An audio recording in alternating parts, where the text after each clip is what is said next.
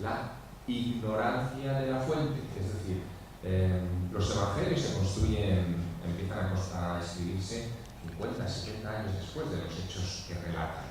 50 años son 2 generaciones y pico, es decir, hay una distancia temporal lo suficientemente grande como para empezar a fabular con cierta libertad. Sí, claro, sin duda. Pero es que el novelista, y corregidme si me equivoco, pero el novelista se siente tanto más cómodo cuanto más lejos está de los momentos que relata. Es decir, si lo seguimos haciendo hoy, es decir, Pepe Calvo o José Luis Corral o Antonio cuando escribe sobre Herodes, Herodes es comodísimo, porque está a 2000 años de distancia. Cuando se escribe sobre el siglo XIX, Sangre en la calle del Turco, ostras, está bien, es cómodo.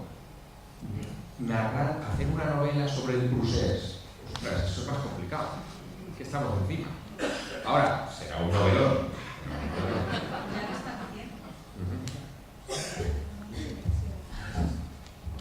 Y cuantos más vacíos haya, mejor. Sí, o sea, para la construcción del mito y de la leyenda, cuantos más vacíos haya, mejor. Incluso para el novelista, ojo, y hablo para el novelista, incluido el que escribe novela histórica. Porque cuando los detalles están muy marcados, salirse de ellos es alterarlos. Por lo tanto, empezamos a movernos en un terreno muy resbaladizo. Pero cuando tú no sabes, la historia no te dice nada. Lo decía José Luis esta mañana hablando de Batallador. ¿Qué sabían del rey durante muchísimo tiempo? Pues por lo tanto, y puede entrar la creatividad, la ficción del novelista sin alterar absolutamente nada, porque no sabemos nada y sabemos menos de los hechos que están más distantes de nosotros en el tiempo. A mí me encantaría decir a este propósito que dentro de lo que es la fundación del cristianismo, o sea, todavía mucho más profundo, que si discutimos si el grial existió o no, si tiene un nuevo fundamento, dice San Pablo claramente que si Cristo no resucitó, vana es nuestra fe. Y lo dice claramente en 1 Corintios en el capítulo 20. Y ¿saben ustedes que en el cristianismo nadie vio la resurrección de Jesús? No hay ni un solo testimonio. Todo es absolutamente indirecto. ¿Por qué es fascinante? Porque no lo vio nadie. Y cuando Pedro, en los 2 discursos de los Hechos de Apóstoles, en el capítulo 2 y 3 dice: nosotros somos testigos de su resurrección, lo que quiere decir es que nosotros somos testigos porque ha habido apariciones. Las apariciones son la prueba de la tumba vacía y de la resurrección. Y ahora la pregunta: ¿por qué se generan las apariciones en el cristianismo? O mejor dicho, ¿por qué es mucho más fácil que se generen apariciones en el cristianismo? Y la respuesta es clara: porque nunca se encontró el cuerpo de Jesús. Si se hubiera encontrado el cuerpo de Jesús, probablemente no se habrían generado apariciones. Tiene un caso de divinización, por ejemplo, en el siglo XXI y en el siglo XX, que es el de Elvis Presley, sociológicamente muy parecido a la divinización de Jesús. Ciertamente hay visiones, pero apariciones de una manera tan sólida física, eso hay muchas menos. Y en el cristianismo es probable que no se encontrara el cuerpo de Jesús porque tenemos 2 relatos del enterramiento de Jesús. Uno, el oficial, llamemos, de los evangelios, que es clarísimo, el relato del enterramiento, que va aumentando desde la partida de Marcos hasta la enorme gloria del enterramiento en Juan, en donde para embalsamar a Jesús se emplean aproximadamente 24 libras de ungüento. Vamos, eso era una cosa increíble que ni los más ricos egipcios se lo hubieran permitido. Sin embargo, tenemos un testimonio en el cristianismo primitivo que apunta a eso de la ignorancia, y está en Hechos de Apóstoles, otra vez en el capítulo 13, en el versículo 29, donde dice claramente que quienes descendieron a Jesús no fue José de Arimatea ni tampoco Nicodemo, sino los jefes de los judíos. Según los Hechos de Apóstoles y los Evangelios, los jefes de los judíos fueron los que mataron a Jesús. Entonces, los enemigos que mataron a Jesús, ¿qué van a hacer con Jesús? ¿Lo van a poner en un sepulcro nuevo donde nadie va a permitir todas esas cosas? Eso es muy raro.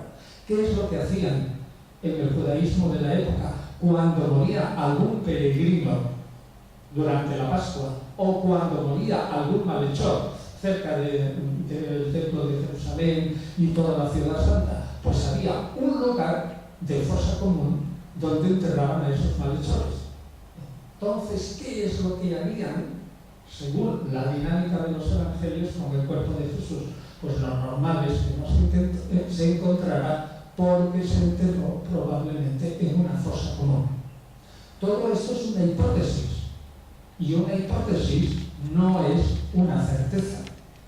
Eso lo sabemos en el historia antiguo y yo lo digo 1000 veces. Pero hay una hipótesis con un fundamento textual. José Luis Corral, escéptico, diría: prueba a ver si ese texto es verdad. El texto de Hechos de Apóstoles 13:29 se puede probar que verosímilmente es verdad porque va en contra de toda la tradición dominante de la Iglesia, es decir, por el criterio de dificultad.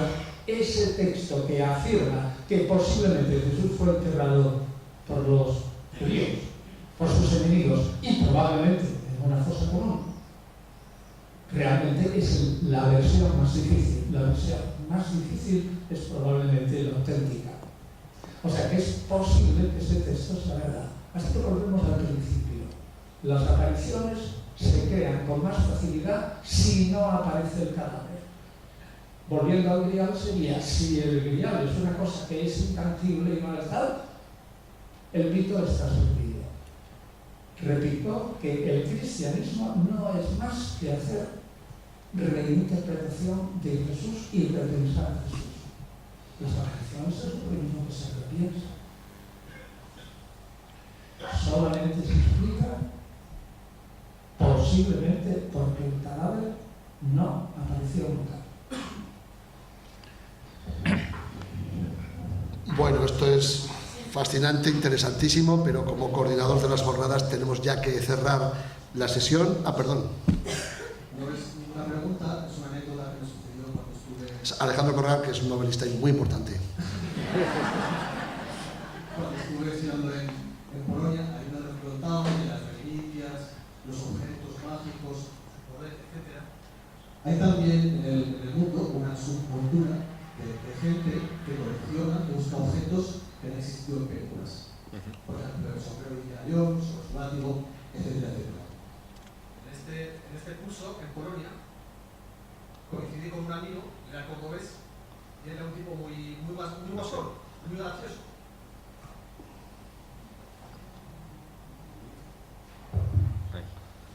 A ver si se ve bien.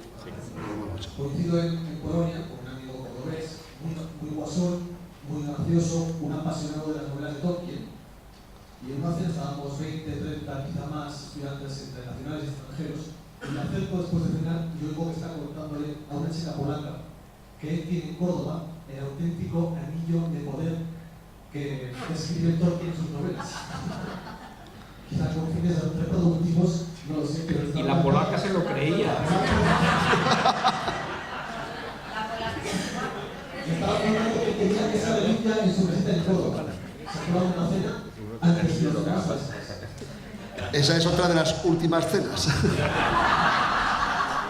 Bueno, la gente utiliza cualquier tipo de recurso para ligar.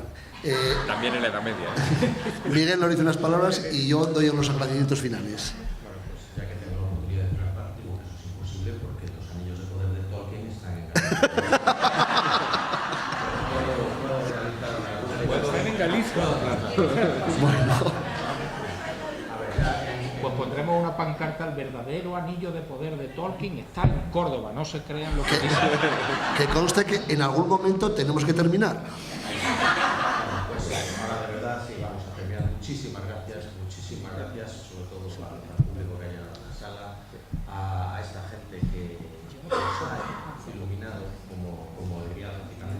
Yo creo que queda demostrado, ¿no?, gracias a la intervención de estos auténticos adalides, ¿no?, del conocimiento y de la literatura, pues que la novela histórica yo creo que cumple muy bien con el compromiso social que el conocimiento debe prestar, la gestión del conocimiento debe prestar a la sociedad, y eso es lo que hacen ellos. Con el enorme trabajo de investigación que hay detrás del hecho de redactar y de dar al público una novela histórica, en este caso, pues demuestran que el conocimiento cumple una función absolutamente vital y primordial en cualquier sociedad, como demuestra el Grial y su importancia económica y simbólica. Así que el Grial es esto que estamos haciendo nosotros probablemente, la catarsis y la comunión colectiva que nos eleva por encima de algunas limitaciones que todos tenemos siempre en cualquier caso. Muchas gracias. Bueno.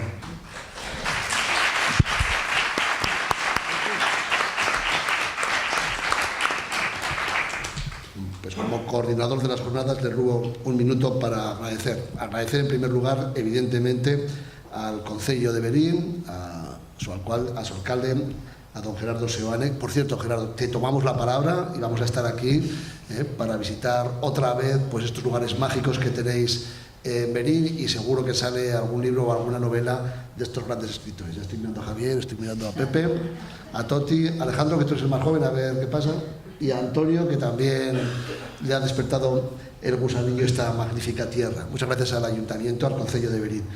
Gracias a la Biblioteca de Verín, la mejor biblioteca de España, eso es un orgullo.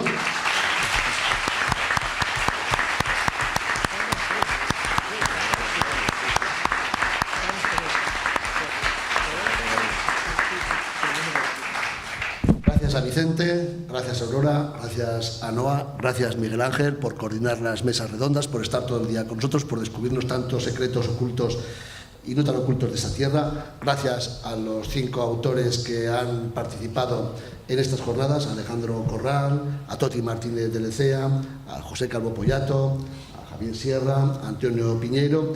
Gracias a todos ustedes. Gracias a, cito, para que no se me olvide nadie, la denominación de origen Monterrey, la Casa do Pulpo, el Retiro do Conde, el Regueiro da Cova, a Casa Manola, a Casa Zapatillas, a la Panadería Germán, a Casa das Vicas e Carlín, y a Roberto Verino por estar con nosotros. Y fundamentalmente a todos ustedes, al pueblo de Verín, a los que han asistido a las jornadas, por acompañarnos estos días, por disfrutar, espero que tanto como yo no, igual sí, pero tanto no. Y les voy a poner un reto encima de la mesa. Volveremos. Muchas gracias y hasta la próxima.